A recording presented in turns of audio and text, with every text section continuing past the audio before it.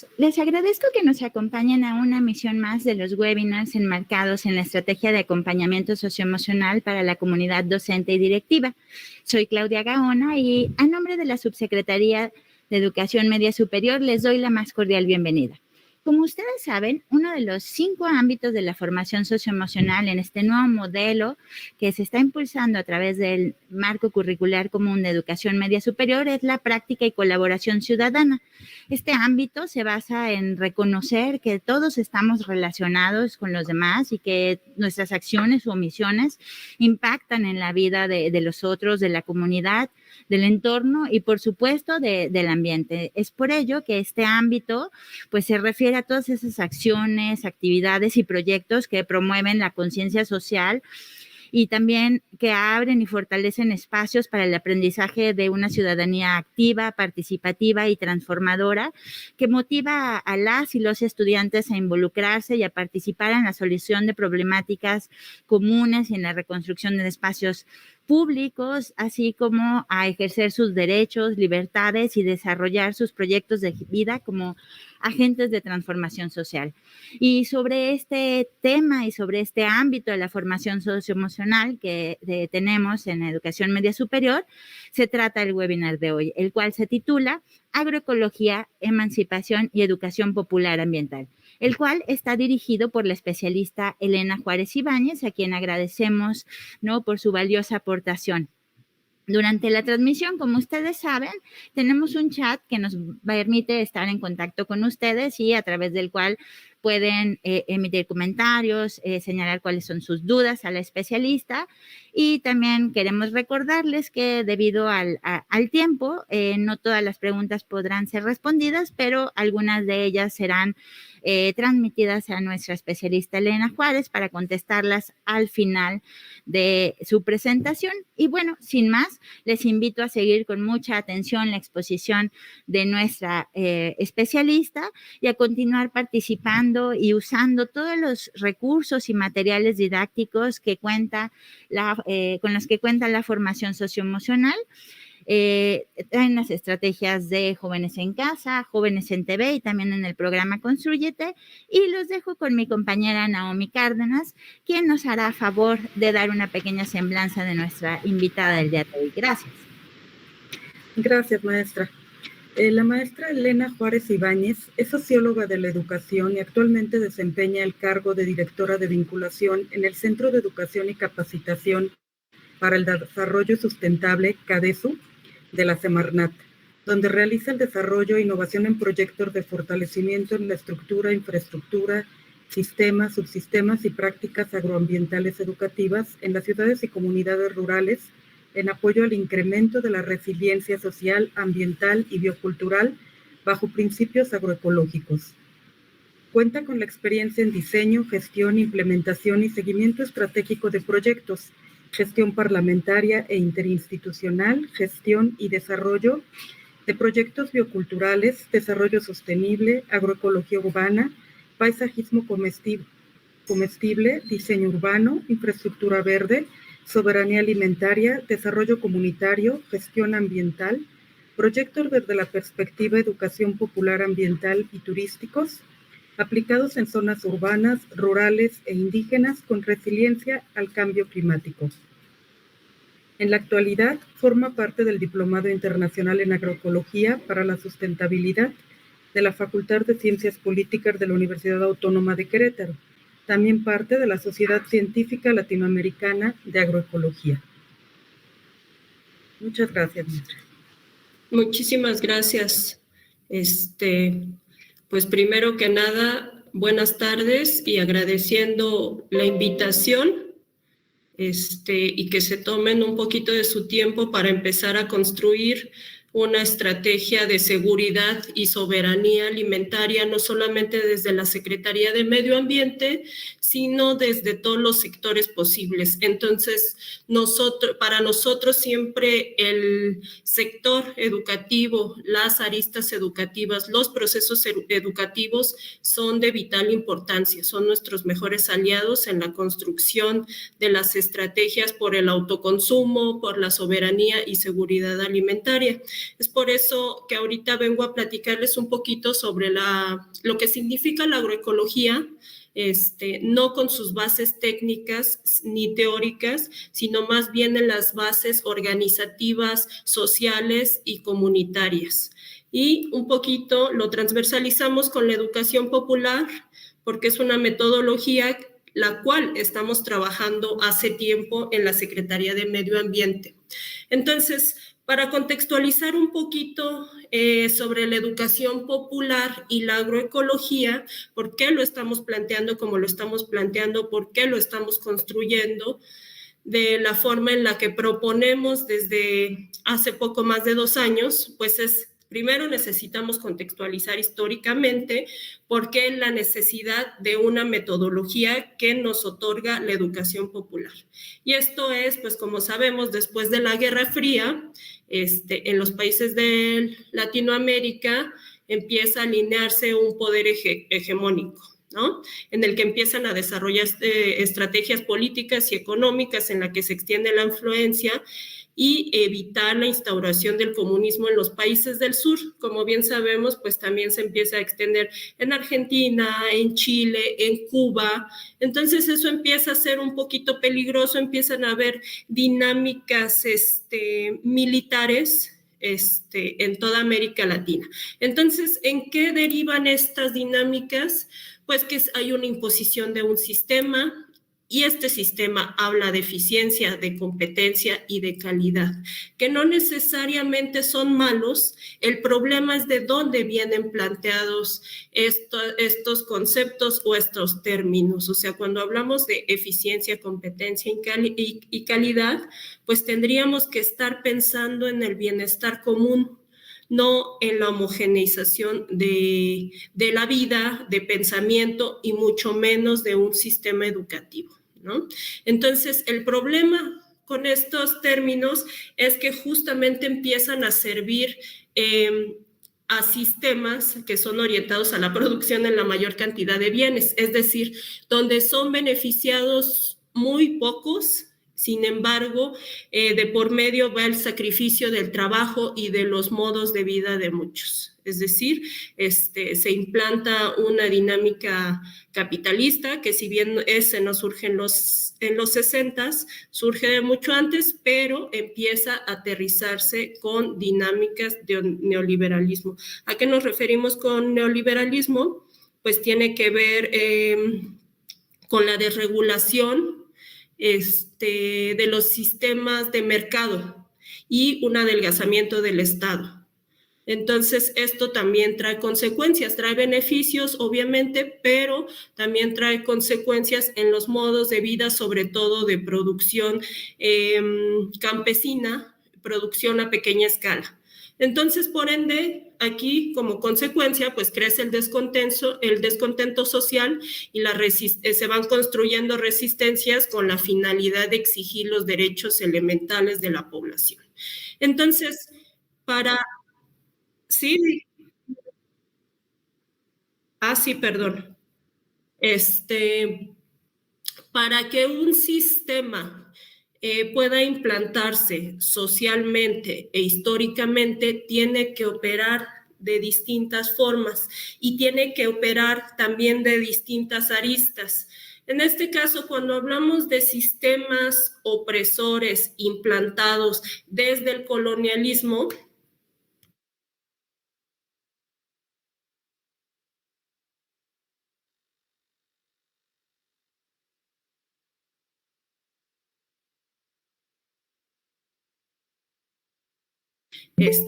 lo que llamamos de pronto las masas oprimidas, las minorías, porque a pesar de que se les llama minorías, no son minorías.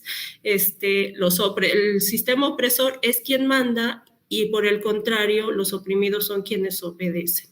Entonces, son una serie de características que no podemos discutir en este momento. Sin embargo, tratamos de puntualizarlo para identificar algunos conceptos o términos y prácticas históricas de cómo operan los sistemas opresores. Y eso también se implanta no solamente en las dinámicas educativas, sino también en las prácticas cotidianas de las personas, por ende en el consumo de los alimentos, y que permea en absolutamente todos, en todos los ámbitos de la vida. Entonces, a lo mejor no vamos a profundizar en esta parte porque es pequeño el tiempo que tenemos, pero tenemos que tener claro que opera a través de la pérdida de la conciencia crítica. Es decir, nosotros ya tenemos un pensamiento, una ideología estructurada, información digerida que ya nos llega digerida y nos llega de tal o cual manera a conveniencia de la coyuntura histórica, política, económica, alimentaria y también medioambiental y, cómo no, educativa. Entonces, esto deriva también en una pérdida de la capacidad de análisis, por lo mismo que les comentaba. Al tener ya la información digerida, damos por hecho que todo funciona así. Entonces, también perdemos la capacidad de imaginar e innovar.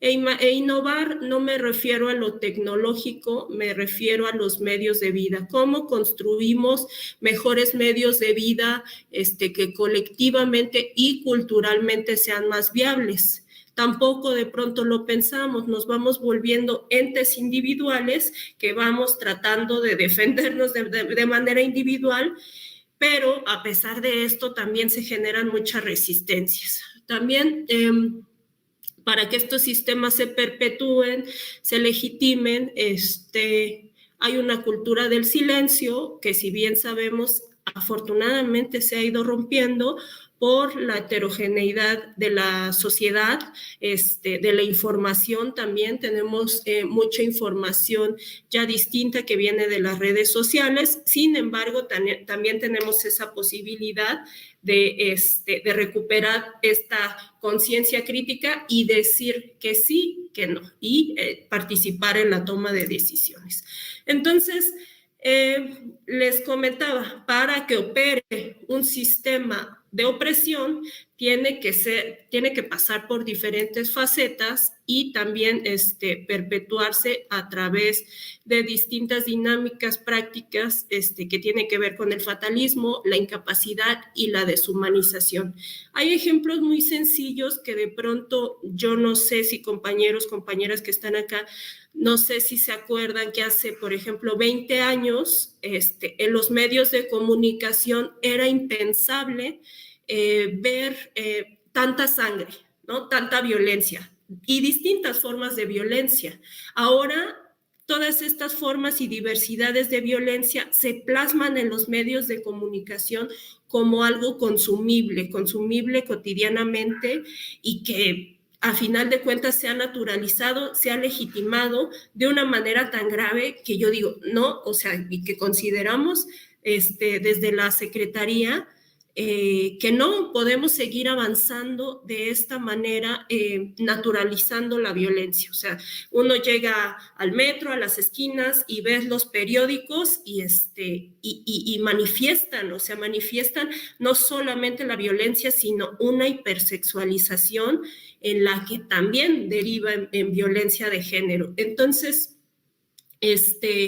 eso también tiene que ver con cierta incapacidad de alcanzar a ver en dónde estamos parados, cómo se va transformando nuestras dinámicas, y cómo estas dinámicas nos van deshumanizando, cómo también nos van adormeciendo un poco la conciencia.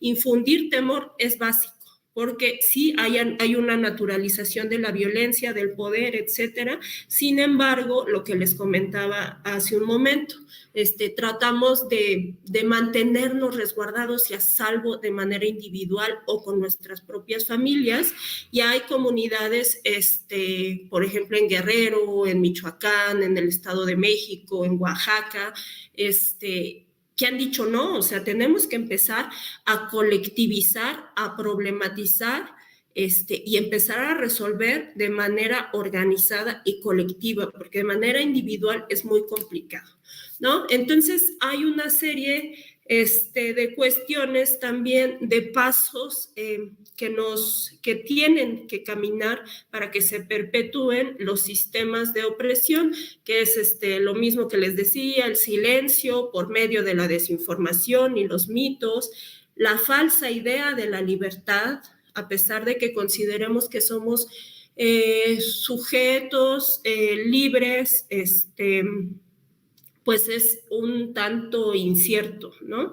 Hay una incertidumbre y una desinformación de por medio a través de estos mitos y de esta venta de la libertad, porque pues a fin de cuentas también estamos sujetos a un montón de cuestiones, a un montón de circunstancias. Sin embargo, asumimos que somos seres libres. Entonces, pues también eso tendríamos que ponerlo en entredicho, el ser empresarios, de que, bueno, si ponemos un changarrito y trabajamos más, hay la posibilidad de salir adelante.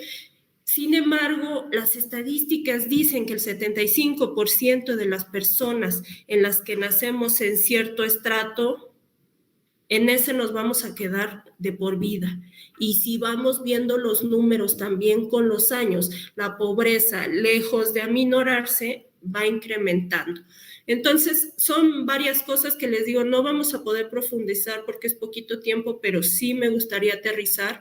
Entonces, pues, ¿en qué deriva también todo esto? Tenemos una crisis política, tenemos una crisis económica, tenemos una crisis medioambiental, y tenemos muchísimas crisis, pero la que nos alarma en este momento y la que nos hace aterrizar ciertos planteamientos y que nos hace desarrollar de manera intersecretarial, pero trabajando también de la mano con la gente, es la crisis alimentaria, porque esa es una crisis que está alcanzándonos ya día con día. Sin embargo, no estamos generando o construyendo estrategias que permitan asegurar la alimentación en los siguientes 50 años. Entonces, ¿qué va a pasar con estas generaciones?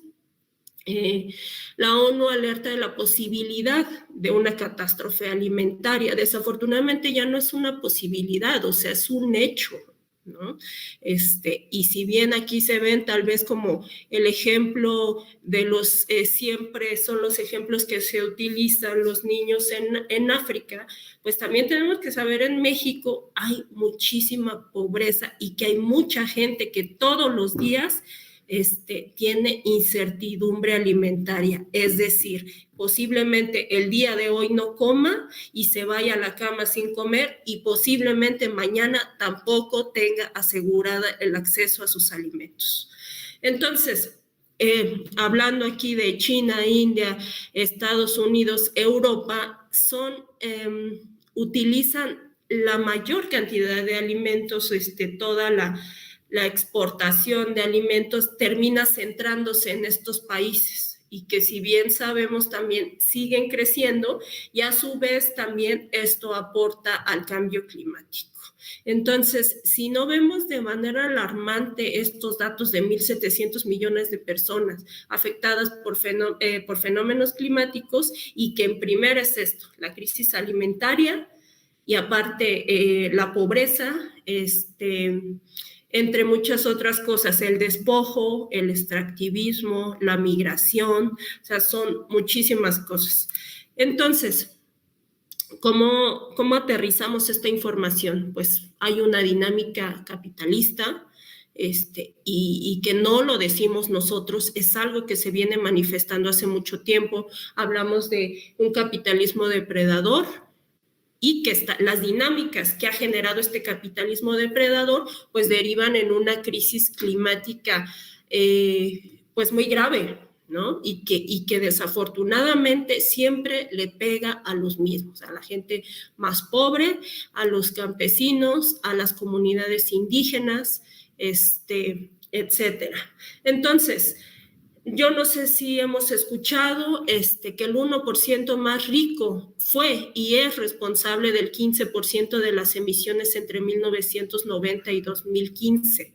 Imaginemos, o sea, dimensionemos esto pensando en la población que tenemos en todo el planeta, ¿no? Y les digo, no son datos que nosotros nos estemos inventando o sacando del bolsillo ahora, o sea, son datos recientes y que siguen avanzando.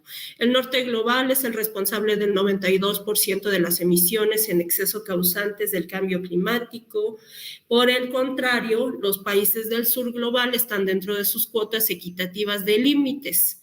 De pronto nos dicen que si nos bañamos durante 5 o 10 minutos generamos menos basura, no utilizamos unicel. Efectivamente, es un granito de arena que tendríamos que poner todas y todos. Sin embargo, hay dinámicas extractivistas gigantescas que están operando detrás, ¿no? Y que tiene que ver con la emisión de carbono, con la generación de residuos, pero no solamente los residuos tangibles, los que alcanzamos a ver, también hay una contaminación impresionante en el mar, ya existe la minería marina y son cosas de las cuales que socialmente no podemos responsabilizarnos. De lo que sí podríamos responsabilizarnos es tal vez del consumo. ¿Y a qué me refiero con el consumo? Pues dejar de consumir cosas que no son necesarias y vamos aminorando esta brecha de consumo, porque entre más consumamos cosas europeas, asiáticas, africanas, las emisiones de carbono para trasladar estos productos son gigantescas. Si empezamos a activar la economía local y a consumir cosas que se produzcan en la región, aminoramos mucho estas emisiones y a su vez reactivamos la economía local. Entonces, los riesgos climáticos que se avecinan, pues como sabemos, cada año hablamos de inundaciones, de la escasez de agua siempre que viene la época de calor, empezamos a hablar de época de estiaje, de dónde va a haber agua, de dónde no va a haber agua, y que es algo que ya se manifiesta no solamente con el haber entubado ríos, con que en las ciudades son ejemplos muy claros de que, aparte de que somos muchísimos, todos consumimos agua. Sin embargo, si hubiera un modelo igualitario, por decirlo de alguna manera, todos tendríamos acceso por lo menos a lo básico, que es alimentación, agua y vivienda. Estrés por calor, no nos referimos al estrés de las personas, nos referimos al estrés ecosistémico. Entonces, esto genera que vaya aumentando las olas de calor, las sequías y por ende la baja producción de alimentos y sobre todo las producciones tradicionales. Entonces, ante toda esta catástrofe, que sí de pronto uno o nosotras desde acá somos mayoritariamente mujeres, ¿cómo lo pensamos? Decimos, pues, qué grave, ¿no? Qué triste que estemos viviendo, pero bueno, no nos vamos a deprimir, sí nos deprimimos, pero esa tristeza la utilizamos para decir, bueno, ¿cómo salimos adelante? ¿Qué hacemos? ¿Qué construimos? ¿Qué generamos? Están las políticas públicas, están los proyectos, están las estrategias, hay muchísimas cosas, pero para nosotros desde acá, desde la Secretaría de Medio Ambiente, siempre ha sido básico transversalizar los procesos educativos para generar y construir alternativas. Entonces, vamos a dejar los números y los datos para contarles un poquito de la metodología que estamos ocupando aquí hace casi 2 años y que tiene que ver con la educación popular, que también es un tema que nos atañe y que nos ha resultado muy bien no porque sea sencilla, sino porque nos permite reconectar, vincular y articular el trabajo con las comunidades y desde la lógica y naturaleza de los espacios y comunidades. Entonces, este es Paulo Freire, muchas y muchos de ustedes ya estarán familiarizados con él, pero de pronto se desconoce de dónde Paulo Freire empieza a desarrollar su teoría de la pedagogía crítica, la pedagogía de la liberación, la pedagogía transformadora. Tiene muchas pedagogías que son muy rescatables, pues él de inicio de formación no es pedagogo, es abogado. Sin embargo, a final de los 50, pues se da cuenta que vive en un país profundamente desigual, con mucha pobreza, con muchas necesidades y donde no se cubren las necesidades básicas ni siquiera de la mitad de la población. Entonces, él llega a un punto de quiebre cuando vienen los comicios electorales, les digo, a finales de los 50, y resulta que casi el 30% de la población no podía participar en las elecciones. ¿Por qué? Porque resulta que la gente no sabía leer y escribir. Había una gran cantidad de gente en situación de analfabetismo. Y no es porque la gente quisiera, no tenían acceso a la educación. Entonces, para Paulo Freire, pues resulta totalmente alarmante que gente no se le dejara participar o votar por el hecho de no saber leer y escribir. Entonces empieza a desarrollar grupos de alfabetización, grupos de trabajo, y eso se traslada a otros espacios. Empiezan a desarrollar dinámicas organizativas desde las necesidades de las comunidades, que en algunas eran vivienda, en otras eran trabajo, en otras eran alimentación, etcétera. Y él manifiesta todo su trabajo y toda su estrategia de que nadie se salva solo, nadie se salva a nadie, todos y todas nos salvamos en comunidad. Y uno dice, pues sí, qué bonita propuesta, pero pues es un trabajo arduo, estos son procesos largos. Entonces, vamos a encontrar en las redes, en los libros, diferentes términos o significados o conceptualizaciones de lo que es la educación popular. Para nosotros, pues la más adecuada, pues es una corriente pedagógica, teórica y metodológica. No se queda en el nivel de la teoría, sino también interviene en la metodología que les comentaba ahorita, que es la organización directa desde la lógica de las comunidades.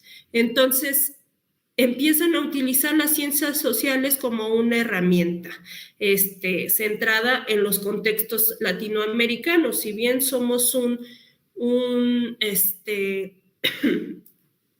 somos un país diverso, pero pues también tenemos un montón de desigualdades, no solamente culturales, sino económicas, políticas, ideológicas. Entonces, vamos aterrizando un poquito en cómo ante todas estas crisis vamos construyendo las alternativas. Entonces, pues en primera, nosotras y nosotros decimos, como modelo social, el capitalismo no tiene futuro. ¿Por qué? Porque ya se los mencionaba en determinado momento. Porque es un sistema que privilegia la ganancia, que privilegia la producción y que beneficia a pocos y que desafortunadamente despoja a muchos. Y no me refiero a despojar propiamente de sus tierras, de sus espacios, sino de sus medios de vida. La gente termina trabajando en una maquila, en una fábrica, dejando sus modos de vida tradicionales que eran saludables, y que aparte está comprobado que las comunidades indígenas son quienes resguardan realmente, quienes preservan las tierras y los ecosistemas casi intactos. Ellos practican la sustentabilidad y la sostenibilidad sin nombrarlo siquiera, ¿no? Entonces, es necesario el regreso urgente del Estado y de la comunidad. Esto de lo que les he platicado un poco, de cómo articulamos estas estrategias, cómo aterrizamos el trabajo para poder construir alternativas viables, realistas, sin caer en cuestiones asistencialistas, que sean proyectos a largo plazo. Entonces, entre estas otras propuestas, les digo, si me quedo en esta lámina, me voy a llevar la mitad del tiempo, pero va a ser rapidísimo enfrentar las venas abiertas de las desigualdades y las discriminaciones. Tenemos también que entrarle a esto asumiendo que también nuestras prácticas de pronto son discriminadoras y la desigualdad tiene que ver con la exigencia de defensa de los derechos colectivos. Entonces, apostamos a las resistencias y la organización comunitaria sin desfasarse del Estado, porque ¿cuál es nuestra tarea como Estado? ¿Cuál es nuestra tarea como institución? ¿Cuál es nuestra tarea como gobierno? Atender todo esto y tratar de mejorar, por lo menos el tiempo que nos dé, tratar de mejorar las circunstancias y aminorar estas desigualdades. Entonces, tenemos que cuestionar la monocultura del productivismo capitalista, por lo que ya les mencionaba, e irnos por la ecología de los saberes y la ecología de las diferencias y los reconocimientos. Esto de la ecología de los saberes y la ecología de las diferencias lo van a encontrar en planteamientos también que son de Boaventura de Sousa, que son de la epistemología del sur. Entonces, si buscamos así en las redes o de pronto en los libros, vamos a encontrar mucho material. Afortunadamente se van construyendo un montón de metodologías que nos permiten hacer una lectura de esto, pero también hacer una propuesta de. Entonces, me voy rápido. Entonces,